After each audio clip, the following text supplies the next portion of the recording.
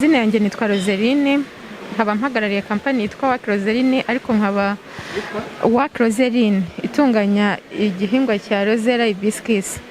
Nkaba mpagarariye n'urubyiruko rwa Rusizi, mpagarariye Ria Rusizi muri coordinatrice.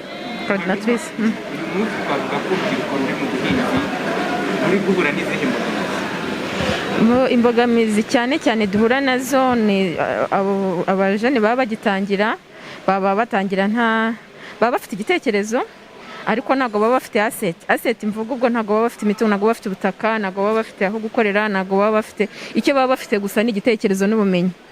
Rero n'ubashije gutangira aratangira yego akagenda, hari n'amahirwe kuko igihugu cyacu kigenda kiduha, ariko akenshi usanga abakiri make ugereranyije nayo umuntu akenera kugira ngo atere imbere. Kuko niba dufite abajene yego bafite kampani nkuko babivuze, barahari benshi banarenze, ariko kuba nk'umujene afite wenda nk'uruganda akaba adashobora no guhaza n'akarere atuyemo, ni ukuvuga ko ibyo bintu bikiri bike, kandi yagakwiye kugeza igihugu cyose akanajyana hanze. Barahari koko wenda bashaka kuba bajyana hanze, ariko imbogamizi kuri ubu dufite nibyo twavuganaga n'abandi bajene, bakavuga tuzi uruganda rudafite imodoka, uzi uruganda rutagira stoke, izo nganda ntabwo, kandi ibyo usabwa biba bimeze nk'uko n'ubundi n'inganda nini nazo zibisabwa. Ukenera umufood scientist niba ufite uruganda, ukenera abagronome niba ufite ubutaka, nk'ibyo n'undi muntu mbese ufite ubushobozi nawe byakenera, ugasanga dukenera ibintu bimwe. Bivuga ko rero nubwo hari ayo mahirwe, ariko ugereranyije aracyari make ku y'urubyiruko rukeneye.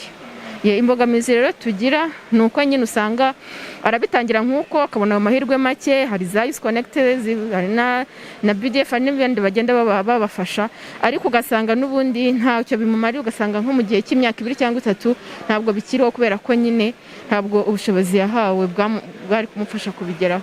Hari icyo uvuze ngo ibyo bibazo biterwa n'uko mubura mutangira ariko ntimukurikiranwe.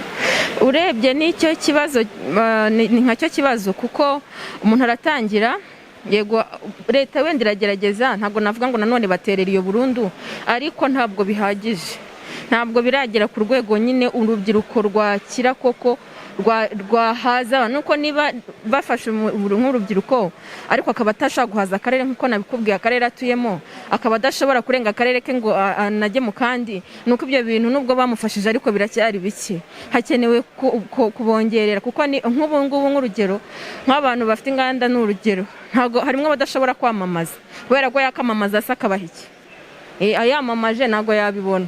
Kandi igihe tugezemo turi gukorera kuri za social media, turi gukorera ku e-commerce, urabizi bariya bucuruzi bwo mu ikoranabuhanga, bigusaba kuba ufite stoke ihagije. Rero kugira stoke ihagije ni ukugira igishoro, ni ukugira ubushobozi, ni ukugira asset, ni ukugira ibintu byose bishobora kugufasha. Numva rero nubwo babifasha ariko bafasha gake, ntago bihagije.